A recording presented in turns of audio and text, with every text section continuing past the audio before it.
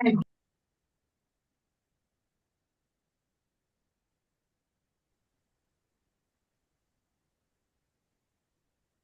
buenas tardes a todos. Reciban un cordial saludo desde el Tribunal Electoral de Panamá. La oficina de la Presidencia Pro Tempore de Uniore le da la bienvenida a la quinta conferencia virtual del ciclo de webinar Uniore 2025. El tema que trataremos desarrollando en esta jornada es el rol de las redes sociales en la difusión de desinformación y cómo gestionarlas.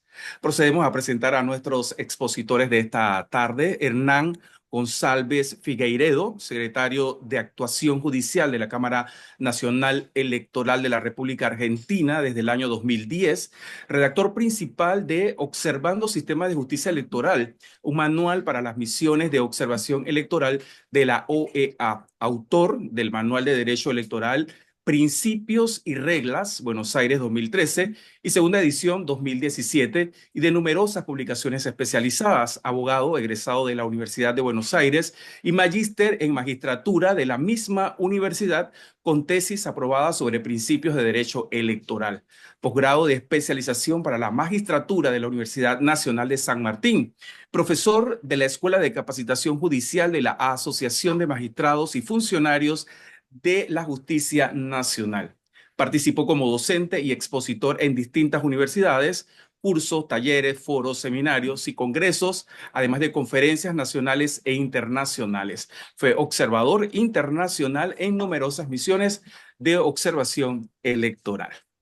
Nuestra siguiente expositora es Lía Patricia Hernández Pérez, abogada digital, es abogada en Panamá y España, colegiada del Ilustre Colegio de Abogados de Madrid. Hizo estudios de máster en Derecho de las Nuevas Tecnologías de la Universidad de Bolonia, Italia. En el año 2008 obtuvo una beca de la Agencia Española de Cooperación Internacional para el Desarrollo para cursar un máster en Derecho de las Telecomunicaciones y las Tecnologías de la Información y las Comunicaciones en la Universidad Carlos III de Madrid, España, donde además fue profesora. Directora de Legal IT, primera boutique legal especializada en Derecho Digital en Panamá y cofundadora del Instituto Panamericano de Derecho y Tecnología Impandetec, Organización Centroamericana de Derechos Digitales, miembro de la ITED Law Association, Chair de International Association for Privacy Professional para Panamá y miembro del Observatorio Iberoamericano de Protección de Datos, con quien obtuvo premio de investigación de la Agencia Vasca de Protección de Datos. Como abogada, tiene más de 10 años de experiencia en asesoramiento jurídico en materia de protección de datos, comercio electrónico, seguridad de la información y comunicación y derecho digital. Adicionalmente, como consultor internacional, presta asesoramiento a diversas empresas de tecnología y organizaciones en Latinoamérica, participando en proyectos de redacción de normas en la materia en diversos países, tales como El Salvador y Panamá. En el campo de la docencia, podemos resaltar la coordinación académica del primer diplomado en protección de datos en Panamá, en la Universidad de Panamá. Dentro de su trayectoria se destaca la mentoría de emprendedores y organizaciones sin fines de lucro, docente de universidades locales como la Universidad Latina de Panamá, Florida State University y la Universidad Carlos III de Madrid, España. Además, es colaboradora de diferentes medios de prensa nacionales e internacionales. Bienvenidos a nuestros expositores. Y para moderar, el licenciado Leopoldo Alfaro, actualmente es el director del Centro de Estudios y Monitoreo Digital del Tribunal Electoral de Panamá, con más de 10 años de experiencia en el sector público. Es el responsable de la comunicación digital, nuevos medios y del equipo de monitoreo de las plataformas digitales, la verificación de noticias falsas y los programas de capacitación cívico de los programas electorales en línea. Laboró anteriormente en el área de planificación y cooperación internacional del Ministerio de Gobierno de Panamá y posee una maestría en mercadeo digital. Adelante, Leo, para la moderación. Buenas tardes. Gracias, Oscar, y nuevamente bienvenidos a todos los que nos acompañan en el webinar de esta tarde. De parte del Tribunal Electoral y de la Oficina Pro Tempore de Uniore, pues extenderle la más cordial bienvenida a este espacio donde queremos reflexionar un poco acerca del impacto de las redes sociales en la difusión de la desinformación y qué desafíos eso representa para la integridad de nuestros procesos electorales. Yo creo que ya raya en lo trillado aquella frase de que estamos entrando en la nueva era digital y de los retos que eso le acompaña. Más bien ya estamos viviendo rotundamente en un momento de la historia donde la información se, se, eh, se accede de manera inmediata, y eso pues trae una serie de beneficios y de retos que nosotros especialmente en el menester de los procesos electorales creo que vivimos a la vanguardia de todos los demás, ¿no? Y es que si nosotros nos imaginamos la comunicación en digital como una gran plaza pública donde todos nos damos cita a comerciar, a intercambiar ideas, a hacer vida social, nos vamos a encontrar que, a diferencia de una plaza pública de carne y hueso, en esta hay muchísima más horizontalidad.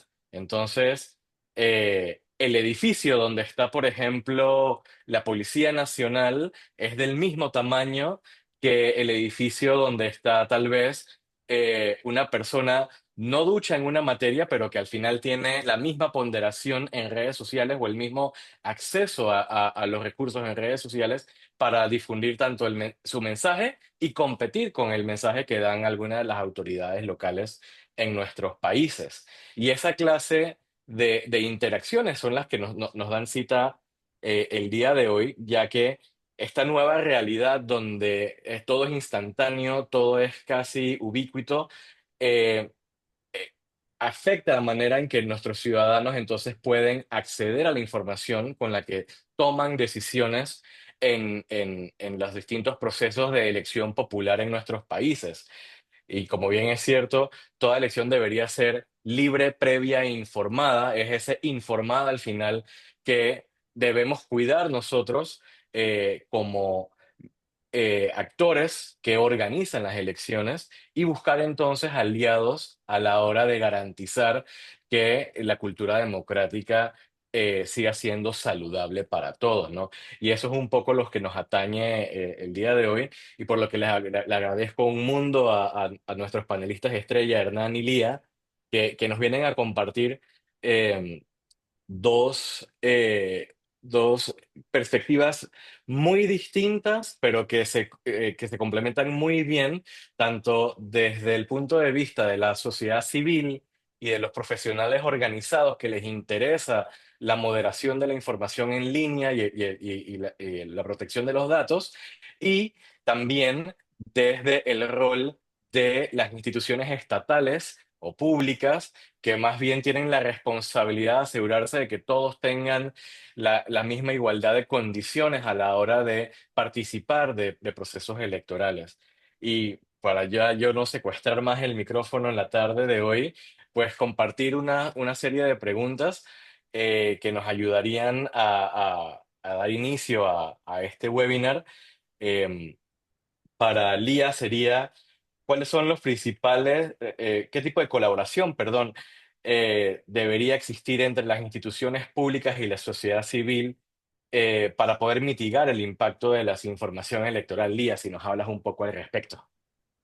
Muchísimas gracias, Leopoldo, y muchísimas gracias al Tribunal Electoral de Panamá por la invitación y a seguir discutiendo este tipo de temas, temáticas que son necesarias no únicamente en el periodo cercano a una elección, son temáticas en las cuales se debe ir trabajando y los cuales deben mantenerse siempre en la palestra durante los años previos o los sucesivos a cualquier tipo de elección. Panamá acaba de pasar por unas elecciones en el año 2024, este año 2025, y los retos que se aproximan hacia las elecciones del 2029, al menos en nuestro país, son muchos, porque ahorita el tren es la inteligencia artificial, pero no sabemos para el 2028 cuál será la tecnología emergente que prime. Entonces, en materia de desinformación y en materia de redes sociales, creo que es muy importante la colaboración. Yo creo fielmente en el modelo de colaboración multisectorial, ese modelo en el cual se pueden sentar en una misma mesa diferentes sectores, la academia, la sociedad civil, el gobierno, los técnicos y sobre todo el gobierno y la empresa privada, cada quien a velar por sus intereses y cada quien a a intentar entender qué es lo que está pasando y ponerse en la posición del otro. Este tipo de conversaciones, este tipo de diálogos multisectoriales hace que la colaboración sea recíproca y que las capacidades que a lo mejor el gobierno no pueda cubrir por falta de presupuesto o personal idóneo en la materia, lo pueda hacer la academia o lo pueda hacer un sector privado o lo pueda hacer la comunidad técnica. O por otro lado, temas como el seguimiento o el combate o las campañas hacia la desinformación. ¿Qué mejor aliado para una entidad electoral que la sociedad civil que pueda ser su principal aliado? Y el Tribunal Electoral de Panamá creo que es una muestra de esto, lo que en las pasadas elecciones se apoyó muchísimo organizaciones de la sociedad civil en Panamá para poder ahorrar el trabajo y poder repartir cosas y tareas que a lo mejor el equipo, que aunque ha crecido, el equipo de monitoreo digital, no se daba abasto para hacer, y creo que esto es principal y esto es fundamental, poder, y sobre todo en países pequeños como Panamá, a lo mejor en países más grandes en los que la circunscripción o a lo mejor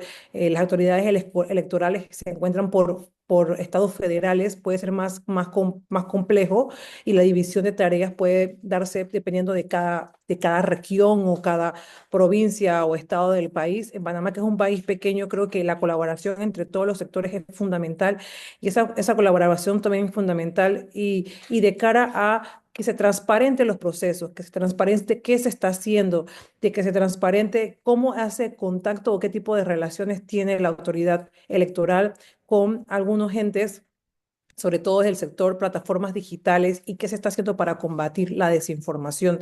Eso es clave en esto, y yo que he trabajado como sociedad civil en las elecciones del 2019 en Panamá y en las elecciones del 2024, siguiendo temas tanto de violencia digital como de moderación de contenido y combate de la desinformación, hemos visto cómo ha crecido ese grupo de personas que están interesados en estos temas. Entonces, no quisiera ser más repetitiva, pero creo que el papel que hacen las autoridades electorales en hacer una primera toma de contacto con las entidades y las plataformas digitales, y luego poder exponerle al resto de actores multisectoriales en el país qué se está haciendo y cómo se está haciendo y de qué manera pueden apoyar el Tribunal Electoral o una autoridad electoral de cualquier parte de América Latina y el Caribe, muy rara vez pueda tener todas las capacidades para poder implementar y poder combatir un fenómeno como es el fenómeno de la desinformación. Un fenómeno de la desinformación que únicamente no se da a través de los medios digitales, que también puede ocurrir a través de los medios de comunicación tradicionales, y suele ocurrir muchísimo. Y no sé si esta pregunta o esta parte o esta temática va a ser más adelante, pero me gustaría también mencionar lo importante que es capacitar al personal. Capacitar no solamente al personal de la autoridad electoral, sino también capacitar a los ciudadanos sobre las diferentes temáticas, y comenzamos a identificar y a respetar, porque para algunos desinformar es el pan nuestro de cada día, para otros combatir la desinformación lo es, pero hay que poder identificar o definir diferentes conceptos en materia de desinformación. ¿Cuándo realmente se da desinformación? ¿Cuándo la noticia es realmente falsa? ¿Cuándo es disinformation y cuándo es misinformation? Que son dos conceptos o temáticas distintas. Luego entra también el tema de la moderación de contenido, y entra en juego derechos fundamentales como el acceso a la información, la libertad de expresión. Son cosas que van todas de la mano en contextos electorales y en contextos de desinformación en las redes sociales, pero que cada una se maneja o se debe regular de una manera distinta. Entonces, no sé si esa parte del tema de moderación de contenido, que es muy interesante, lo tocaremos más adelante, pero me parece que las autoridades electorales, al menos en la región centroamericana, que es la cual donde suelo trabajar, tienen una falencia grande, porque no hay procedimientos debidos o no hay parámetros para los cuales una persona quiera moderar un contenido. Luego las redes, las normas comunitarias de las plataformas digitales en temas de moderación de contenido, a mi percepción, están muy adecuadas o muy enfocadas a las regulaciones de países grandes, de grandes potencias del mundo, llámese la Unión Europea o Estados Unidos, y al momento de aplicarlos en jurisdicciones más pequeñas o en países en los cuales la regulación, el marco jurídico no acompaña estos temas, es un poco complicado. ¿Cómo le dices a un periodista que la noticia que acaba de subir de un candidato presidencial va a ser moderado ese contenido y va a ser bajado de la plataforma? ¿Bajo qué procedimiento? Para un periodista en un país pequeño como Panamá, y sucedió en las elecciones, no me dejará mentir Leopoldo, eso es considerado como una plena violación a su ejercicio de la libertad de prensa. Todo este tipo de temáticas, todo este tipo de cosas tenemos que comenzar a trabajarlas, a definirlas. Me parecen genial este tipo de espacios, que son espacios de conocimiento, de compartir información, compartir prácticas, buenas prácticas de otras partes del mundo, como las que compartirá Hernán en el caso de Argentina, y que se pueden poner en manifiesto de que lo que se está haciendo en un país o en Panamá no es que lo estamos inventando, lo estamos haciendo con la intención de vulnerar algún derecho fundamental, en este caso la libertad de expresión, la libertad de prensa, el acceso a la información. Son cosas, son tendencias que se dan y tendencias que han ido pasando en el tiempo a raíz de la proliferación y el uso de las plataformas digitales y las redes sociales en contextos electorales. Creo que eso es súper importante. Así que este tipo veo que hay muchas personas conectadas. Eso quiero decir que ojalá también no únicamente sean personas de organismos electorales, sino que también sean personas que siguen procesos electorales, miembros de la sociedad civil, y que ya sabe, Leopoldo, que cuenta conmigo para este tipo de cosas, y que deberíamos estar capacitando a las personas desde ya, porque en un abrir y cerrar de ojos se nos viene el 2029 y se nos vienen todas las tendencias de aquí al año 2029 y no vamos a poder lidiar con ellas. Y también en el contexto panameño se viene también un inicio de una mesa de reformas electorales que sucede un año después de cada periodo electoral, en la cual miembros multisectoriales se sientan a discutir y a proponer reformas a ese código electoral y adecuarlo a las tendencias actuales. Y creo que es prioritario y necesario que los temas de corte digital sean contemplados como una prioridad y que no sea algo accesorio, cosa que yo creo que faltó mucho más profundizar en las reformas electorales del año 2019, 20, con respecto al tema digital que nos comió en unas elecciones 2024 y que posiblemente pasa lo mismo en el 2029. Para eso hay que considerar a actores especializados en la materia, independientemente de que una organización sea full o 100% técnica, es ellos quienes te pueden enseñar o te pueden nutrir como profesional cómo definir o cómo distinguir o cómo conceptualizar una temática que a lo mejor una organización de base de tipo de democracia o electoral no lo concibe. Entonces, creo que esto se vienen muchos retos y muchas cosas que van a ir pasando en Panamá en el transcurso de estos años. Esperamos con ansia los avances que vayan a haber en el tema de la reforma electoral, y yo creo que para cerrar podría decir que es fundamental y básico comenzar a colaborar y hacer una repartición de tareas. El Tribunal Electoral tiene que soltar porque no puede hacerlo todo y debería apoyarse en estos actores que es mucho más fácil poder ponernos de acuerdo todos en un país de 4 millones de habitantes como Panamá que hacerlo en un gran país, no sé, a lo mejor en el caso de Argentina, que son mucha más gente. Más difícil poner de acuerdo a 40 millones de personas que poner de acuerdo a 4 millones, y es uno de los principales retos que tenemos como nación de cara a la siguiente mesa de reformas electorales. Priorizar el tema de las plataformas digitales, priorizar el tema digital y que no sea visto como un tema accesorio o extraño a la realidad actual y a lo que estamos viviendo como sociedad de la información y la comunicación. Muchas gracias. Muchísimas gracias, Lía. Y ahora, ya estando ilustrados con cuál es la perspectiva de la sociedad civil, pues la pregunta de nuevo para Hernán sería, ¿cuáles son esos desafíos que enfrentan las autoridades electorales para combatir la desinformación y qué cosas se han venido haciendo al respecto? Bien, muchas gracias, gracias Leopoldo. Un gusto estar con ustedes, Lía, encantado también.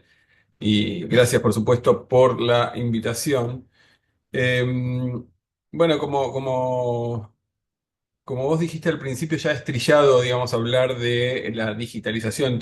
Ya asumimos todos que la mayor parte de la información y del debate público en los últimos años pasa por las redes sociales, por los entornos digitales.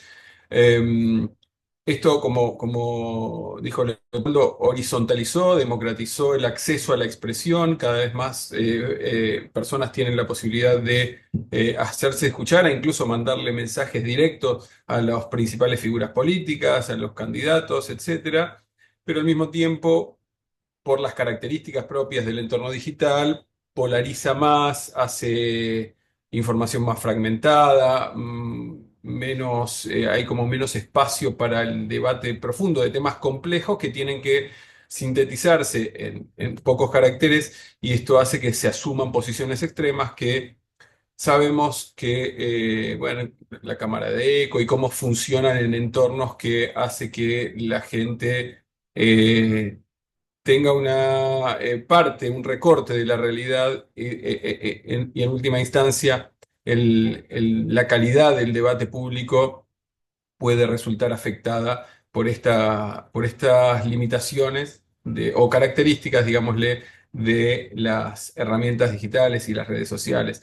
En ese contexto, por lo menos desde la perspectiva del organismo electoral argentino, al que pertenezco, de la Cámara Nacional Electoral, hay como dos planos bastante diferenciados con diferentes tipos de preocupaciones. Una, la desinformación, que tiene que ver con la contienda electoral, la lucha agonal entre los candidatos y sus campañas electorales, y otra que tiene que ver con la afectación, eventual afectación a la legitimidad democrática del proceso electoral por mensajes que pueden mitigar, digamos, la confianza pública en la transparencia y en la autenticidad y la justicia del proceso, en el sentido de que, como sabemos, los organismos electorales tienen un rol central en asegurar la legitimidad de origen, ¿no?, de los candidatos. Es un sistema que, además de ser técnicamente preciso, tiene que parecerlo, tiene que notarse, tiene que generar confianza, porque, como sabemos y como dice el teorema de Thomas, si las personas definen situaciones como reales, estas son reales en sus consecuencias, y entonces pueden producir efectos de deslegitimación, relatos de fraude que no tienen respaldo en la realidad, pero que hacen que las personas desconfíen en sí de que los candidatos que fueron proclamados fueron producto de la voluntad popular.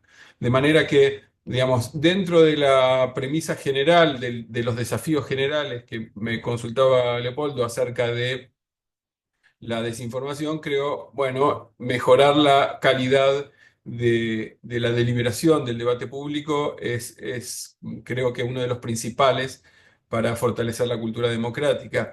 Y dentro de ese aspecto, el rol de los organismos, por lo menos la función que asume desde acá la Justicia Nacional Electoral, principalmente como primera medida, es tratar de prevenir la desinformación sobre el proceso electoral, informando, como decía también Lía, esta necesidad de capacitar, de educar a la ciudadanía, hace que eventuales maniobras de desinformación tengan menos impacto real, tengan menos efectividad si la gente ya cuenta con información previa. De manera que la prevención con divulgación de información es esencial, ¿no? Desde cómo se vota, cuándo se vota, horarios de votación, temas bastante básicos, pero que en la jornada electoral ya no hay tiempo para informar suficientemente si hay una maniobra de desinformación. Eh, Luego, dentro de los desafíos, digamos, de la autoridad electoral, nosotros tenemos en la Cámara Electoral monitoreos hace varios años. Hace por lo menos 10 años que venimos haciendo, primero con asistencia externa y ahora desde la propia Cámara Electoral con una oficina especializada en esto, el seguimiento en las redes sociales para detectar y eventualmente salir a aclarar cuestiones que tienen que ver con la información del proceso electoral y que puedan afectar la integridad, la legitimidad del proceso electoral, la confianza frente a los ojos de la ciudadanía. Entonces, la primera cuestión es, bueno, cada vez hay más redes, más cuentas, el monitoreo, entonces las herramientas de monitoreo con fines de información, me parece que es como uno de los primeros desafíos, ¿no? Cómo mantenerse actualizados para hacer. Nosotros en la última elección monitoreamos casi 25.000 cuentas diferentes de personas que podían eventualmente potenciar un mensaje de desinformación y viralizarlo. Pero bueno, la primera cuestión luego de la prevención es cómo estar informado el Tribunal Electoral sobre los episodios o mensajes de desinformación que se puedan estar circulando. El segundo y histórico, digamos, es cómo gestionar la respuesta. Si la prevención no funcionó, si hay una afectación, si hay un mensaje que uno lo detecta en el monitoreo, cuándo salir a responder, por qué medio salir a responder, cómo responderlo, es algo importante. Si quieren, después profundizo, pero digamos, me parece que es también un factor fundamental porque si el mensaje sale, digamos, desproporcionado en el sentido de que la autoridad electoral sale a aclarar algo que en realidad había quedado circunscripto a pocos usuarios, quizás genera un problema donde no lo hay masivamente, sino que es un problema de focalizar la respuesta en el circuito de las cuentas que estén nutriéndose de ese mensaje desinformante. Entonces, digamos, cómo gestionarlo, cómo responder, en qué momento y con qué volumen, con qué dimensión de respuesta, creo que es un desafío también central. Y un tercero que enfocaría como también inexorable es el vínculo con las plataformas y con la sociedad civil, como bien plantea Lía. Nosotros tuvimos experiencia en elecciones anteriores, en la última elección, donde convocamos a la sociedad civil, a diferentes organizaciones que se ocupan de estos temas y a sectores de prensa tradicional para explicar cuestiones que se estaban divulgando sobre el proceso electoral, concretamente sobre los escrutinios, que llevaban a creer que había posibilidad de fraude, o por lo menos había un cierto intento de instalar un relato de fraude, que entendimos que era más productivo explicarle cómo era el proceso a terceros, sociedad civil, y que ellos hagan su juicio crítico y hablen con los medios tradicionales para explicar masivamente cómo funciona, más que salir con la voz directa de la autoridad electoral, que era, en parte, también estaba siendo atacada con ese relato. Entonces, la sinergia con la sociedad civil es fundamental. Y también digamos, hablando del sector de las redes sociales, con las plataformas. Es también un punto que me parece central, el vínculo con las diferentes plataformas en las que circulan, en las que se mueven estas redes sociales.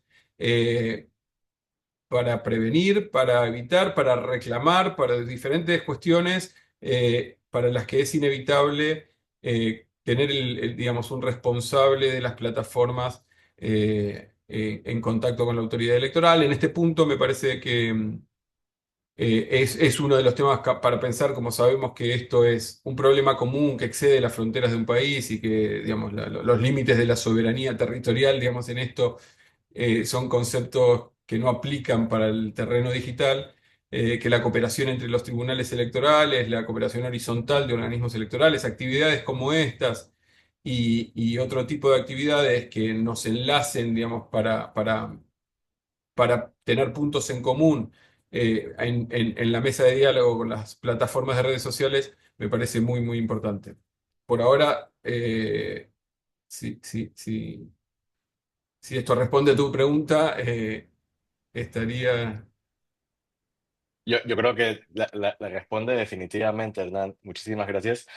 Y yo creo que ahora habiéndolos escuchados tanto a ti como a Lía, definitivamente hay eh, esta necesidad reconocida tanto de las organizaciones electorales de encontrar en la sociedad civil interlocutores que validen los mensajes de las autoridades, no como un cheque en blanco, sino como ese peer review o esa revisión de pares de, en efecto, la matemática nos da y también del lado de la sociedad civil de buscar estos espacios a donde participar activamente de estos procesos públicos y de tener eh, una voz que se escuche y que también pueda dar esa retroalimentación que nutre el proceso electoral como tal. Yo les haría una única pregunta a los dos antes de pasar al periodo de preguntas y respuestas, y es más bien, em, ¿qué retos o qué tan fácil o difícil ha sido, tanto del lado de los organismos electorales, encontrar esos interlocutores en la sociedad civil organizada y del otro lado también para la sociedad civil organizada, qué retos o qué recomendaciones tendrían para los organismos electorales en buscar esos espacios de colaboración donde tengan un espacio reservado para participar de los diálogos, para tener acceso a la información y para también ser reconocidos como actores del proceso?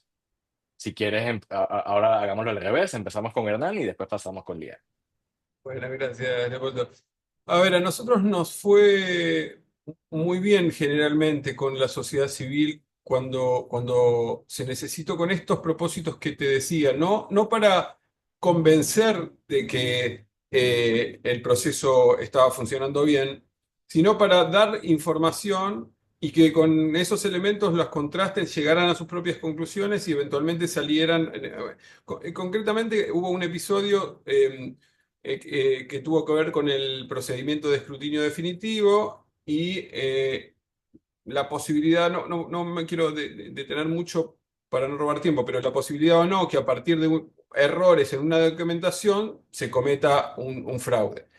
Entonces, nosotros en el marco de lo que llamamos compromiso ético digital, como, digamos, inspirado en el pacto ético panameño, digamos, que ustedes vienen suscribiendo hace mucho tiempo, habíamos vinculado diferentes sectores y entre ellos la sociedad civil ocupada de cuestiones electorales y de libertad de expresión, vínculos con la prensa tradicional. Y entonces se los convocó para hacer una jornada informativa sobre lo que se estaba discutiendo. Y a la salida, digamos, muchos que fueron entrevistados por periodistas, canales de aire, de televisión tradicional, etcétera, dieron su opinión y eso alivió y frenó muchísimo la circulación de desinformación, porque, bueno, había referentes con prestigio, con reconocimiento, que estaban poniendo el cuerpo acerca de algo que ellos mismos habían visto. Así que la verdad es que creo que es fundamental y como te decía, en la experiencia de la justicia electoral argentina, siempre nos fue bien en este tipo de actividad conjunta.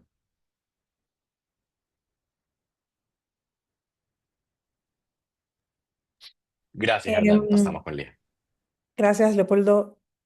A mí me parece que se puede hacer mucho más. Se podría trazar una hoja de ruta, así como existe un pacto ético digital, que ese pacto ético digital incluya una serie de acciones divididos en componentes, en pilares y a la vez los pilares en componentes, como una especie de estrategia electoral digital. Y que esa estrategia vaya cumpliéndose poco a poco y se vayan repartiendo los sectores. En Panamá existen muchas estrategias y estas estrategias no son para nada exitosas o su lanzamiento pero su implementación no tiene el éxito debido porque no se puede esperar de que una autoridad, una entidad electoral em, se encargue de todo. Al final, las elecciones es un trabajo mancomunado y participan una gran cantidad de personas y no todas pertenecen a la actividad electoral. Hay un trabajo de los partidos políticos, hay un trabajo de los ciudadanos voluntarios, hay un trabajo de los independientes, hay un trabajo de la Junta Nacional de Escrutinio, o sea, hay un trabajo de muchos actores. Entonces yo creo que esa estrategia podría tener una serie de acciones a trabajar de cara a la siguiente elección y más allá del tema regulatorio o del tema normativo, que es lo que se trabaja básicamente en una mesa de reformas electorales. es lo que yo recomiendo. Y creo que ahora está de muy, ahora puede sonar trillado, pero está muy de moda decir que uno tiene que aprender a soltar y que uno tiene que aprender a delegar y demás. Creo que también hay cosas que el tribunal sigue haciendo, pero que fácilmente podría firmar convenios de colaboración para poder garantizar que esa otra parte va a cumplir con esa tarea que ellos le den y, y hacer un monitoreo. O sea, creo que es posible, y que así como se han hecho firmas para temas de equidad de género, para el pacto ético digital, estos temas también son muy necesarios y creo que hay voluntad. Hay organizaciones de la sociedad civil que si se le toca la puerta lo harían. Organizaciones de la sociedad civil en Panamá que tengan capacidad de personal o recurso humano para este tipo de tareas son muy pocas, pero hay muchas organizaciones de base que basan sus principios o los temas de su organización en temas de democracia que también estarían dispuestos en colaborar. Así que creo que hay mucho por hacer y muchas ideas que pueden surgir a través de estos temas. Muchas gracias, Lía, y yo creo que ya vale la pena llegar a la parte interesante de todos estos eventos, que es la interacción con el resto de los que nos acompañan. Antes de eso, hacer un breve repaso de los temas que más han resonado conmigo en este momento, que es, primero que todo, por arriba de todo lo demás, capacitar a todos los interlocutores en los procesos electorales, tanto los funcionarios de los organismos electorales, eh, como a la sociedad civil organizada, como a la ciudadanía en general, que al final es esa traspaso de información la que nos permite, de alguna manera, eh, tener quien entienda el mensaje que transmite la autoridad y todos estar conversando usando los mismos códigos. Eso me resuena mucho con lo que decía Hernán hace un poco acerca de los pactos digitales o los pactos éticos, como la iniciativa que existe en Argentina, pues eh, con toda humildad podemos decir que en Panamá hemos seguido apostándole a eso en el transcurso de los años.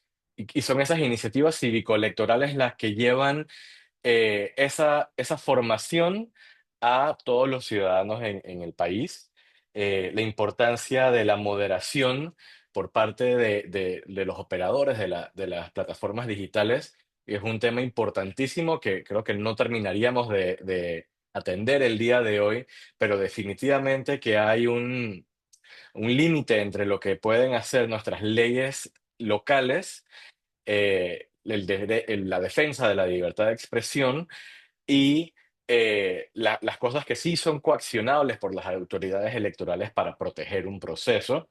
Y esa creo que es una conversación que tendríamos que tener todos en bloque como región, reconociendo eso que bien decían Hernán y Lía acerca de la dificultad de mercados pequeños a la hora de ir a establecer metodologías con empresas como Meta, Google y X, ahora también TikTok, que seguro va a ser un actor importante para el próximo ciclo electoral, y poder también entender cuáles son los códigos que utilizan estos operadores de tecnología para poder ser muchísimo más eficientes a la hora de estas interlocuciones y no quedar involucrados en un periplo. Em, por supuesto que eso nos lleva a preguntarnos si debemos o no hacer cambios a las legislaciones. Y por último, eh, por supuesto, la apertura de los datos. Eso que decía Hernán de invitar a la sociedad civil organizada a ver los procesos en vivo, a que ellos den testimonio de lo que está sucediendo. Y eso lo amarro con lo que decía Lía al final acerca de firmar acuerdos de cooperación que le permitan a organismos no gubernamentales, tal vez, consultar la información que recogemos nosotros como como operadores de justicia electoral y que de eso se puedan sacar estudios y estrategias que nos sirvan a todos para mejorar el proceso electoral. Y yo creo que con eso suelto la guitarra y pasaríamos periodo de preguntas y respuestas, empezando por una que nos deja aquí don Pedro Pablo Yermenos de República Dominicana, y él nos pregunta, ¿qué les parece la posibilidad de instaurar un sistema de veeduría social especializado como forma de combatir la desinformación? Y ahí pues lo dejo a la reacción de nuestros panelistas. Me gustaría primero escuchar la opinión de un organismo electoral al respecto. Bueno, no sé bien cómo sería la veeduría social especializada. Nosotros, digamos, hay muchos proyectos y emprendimientos de fact-checking, ¿no? O sea, una, la asociación de sectores de la prensa que hacen fact-checking de la información y salen a aclarar, eh, que me parece que es una respuesta parcial, pero que ayuda en muchos aspectos. Es también, digamos, contribuye también a aclarar, aclarar algunos puntos.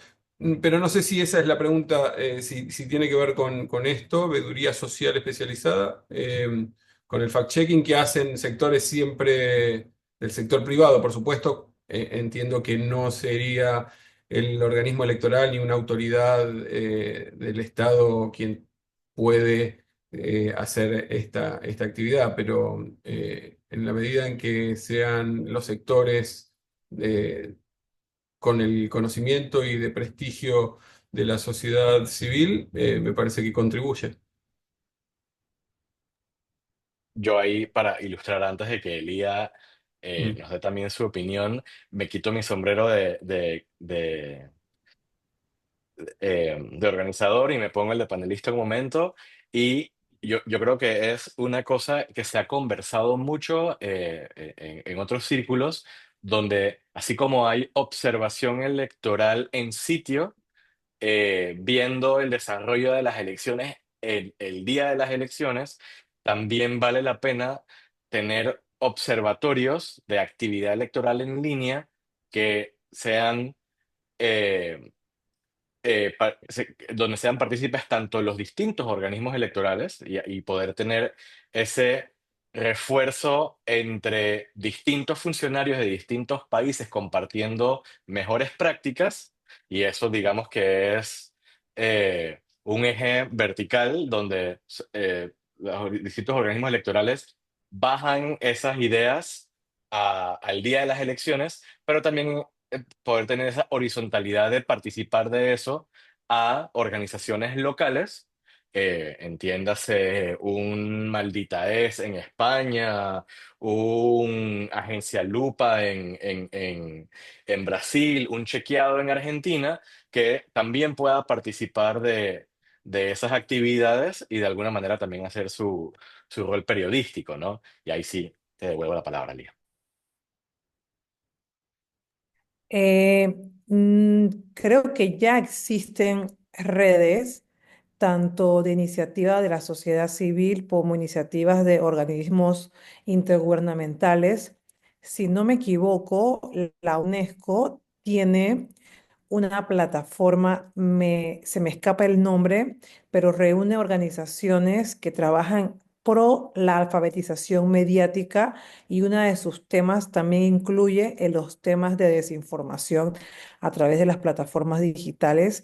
En esta iniciativa participan diferentes organizaciones, tanto entes públicos como privados, y la intención es cruzar información y quienes están trabajando por estas temáticas, no únicamente en contextos electorales, sino también en otro tipo de contextos. Entonces, creo que las iniciativas existen, el tema es darle el seguimiento y también el impacto que pueda tener estas iniciativas. Yo siento que algunas de las iniciativas siempre son construidas o hacia un foco o un territorio en particular y muchas veces territorios pequeños o países pequeños, llámese por ejemplo Centroamérica. Centroamérica creo que es la única región de América Latina y el Caribe, bueno, no sé si en el Caribe, desconozco, pero que no tiene una agencia de fact-checking. Creo que hubo una iniciativa de ser creada en Guatemala, no sé si se llegó a perfeccionar, pero luego de México nos saltamos a Colombia. Entonces, hay iniciativas que a lo mejor ayudaría muchísimo a empujar, porque los contextos electorales en Centroamérica son bastante sensibles y ocurren cosas no únicamente en el mundo digital, sino también en el mundo físico y cosas desde cortes de electricidad o el suministro de Internet para quien está comunicando en una fecha de unas elecciones, hasta el tema de la desinformación. Entonces creo que sí existe algo, pero al ser coordinado por un organismo intergubernamental como la UNESCO, que es una agencia de las Naciones Unidas, tiene ciertas restricciones que no tendría si fuera una iniciativa creada por la sociedad civil. Entonces, eso es lo que podría decir yo con respecto a la pregunta de la audiencia.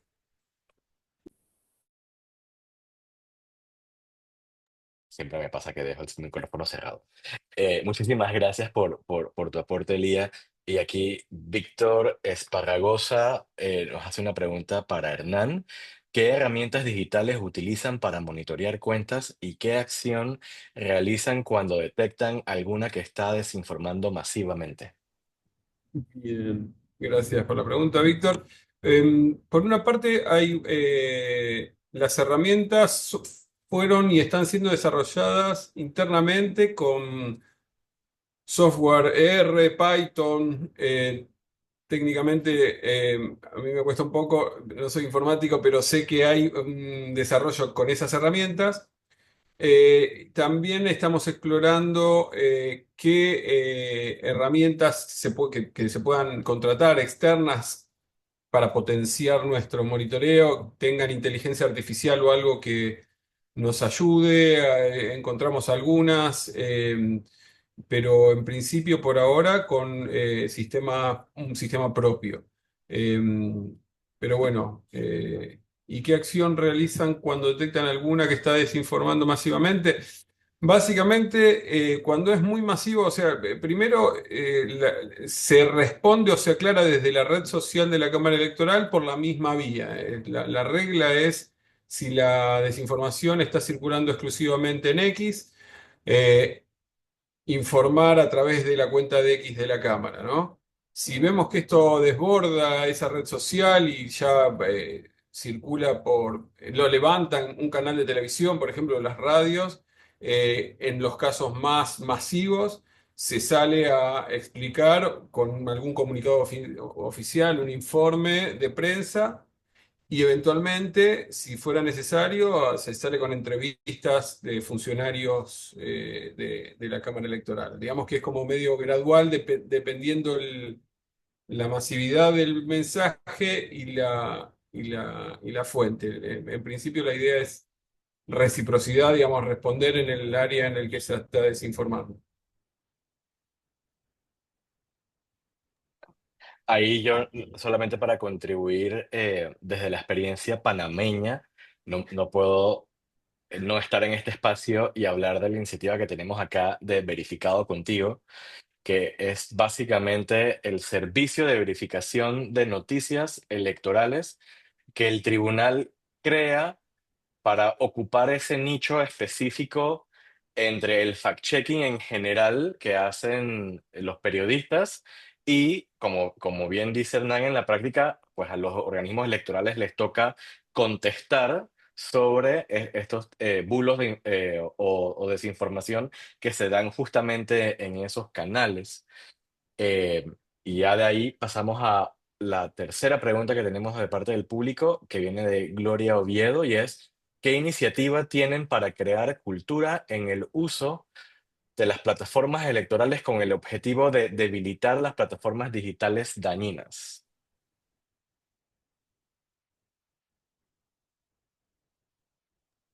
No sé si alguno eh, quiere responder a esta. Por nuestra parte, básicamente, digamos, no, me parece como demasiado ambicioso pretender para nosotros, ¿no? Tratar eh,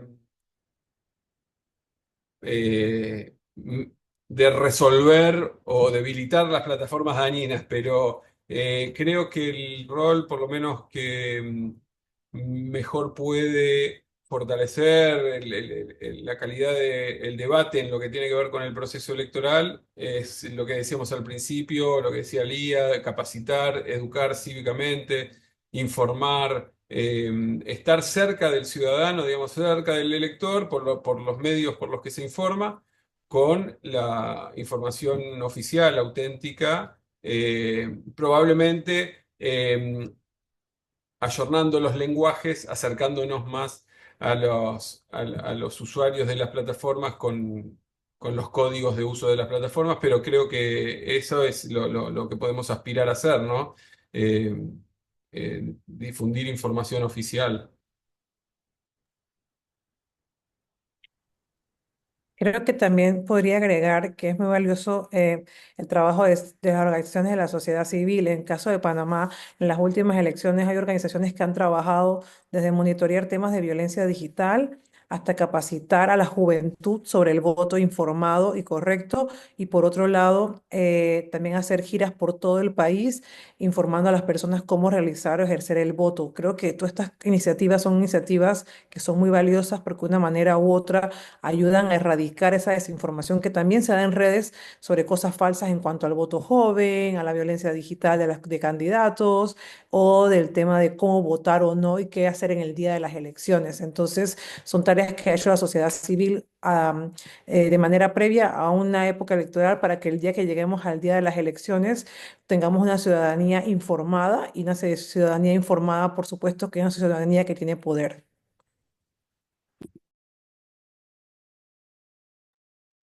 Muy importante eso que menciona Lía. Y de verdad que yo creo que es una modalidad que los tribunales hemos tenido que aprender a desarrollar, que es, por un lado, hacer cumplir la ley y la reglamentación local, y por un lado, pues, siempre y cuando se configuren infracciones o delitos, darles proceso a esos por las vías correspondientes, pero también acercarnos a los ciudadanos. Informarles de cómo se puede hacer un uso ético y moral de las plataformas digitales, y de esa manera también acompañarlos en esa conversación alrededor de los procesos electorales que nosotros vamos teniendo. No sé si alguien se anima a hacer una última pregunta antes de que cerremos la sesión del día de hoy.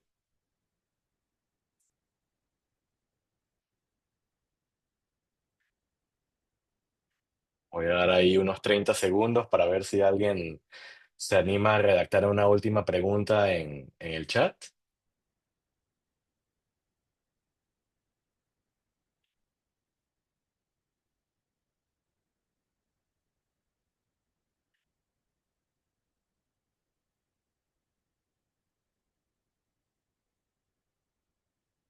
Y aquí tenemos una última pregunta de parte de Silvia Calderón. Bueno, más bien era una felicitación. Gracias a ustedes también por participar con nosotros. Todo muy claro, gracias a los panelistas por sus perspectivas.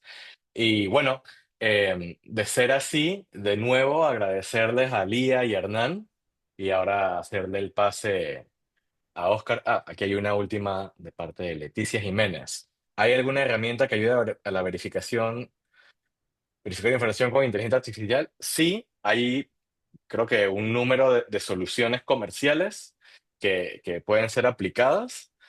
Eh, Existe, bueno, un número de grandes desarrolladores que utilizan herramientas como Python, como bien lo decía Hernán, pero más bien son soluciones a la medida. Lamentablemente no hay el equivalente a Microsoft Word para el combate a la desinformación con IA, pero sí hay programación y ciencia de datos que se le pueda aplicar al combate a la desinformación, Leticia, y creo que ahí está una de las grandes retos que vamos a tener de aquí al próximo ciclo electoral.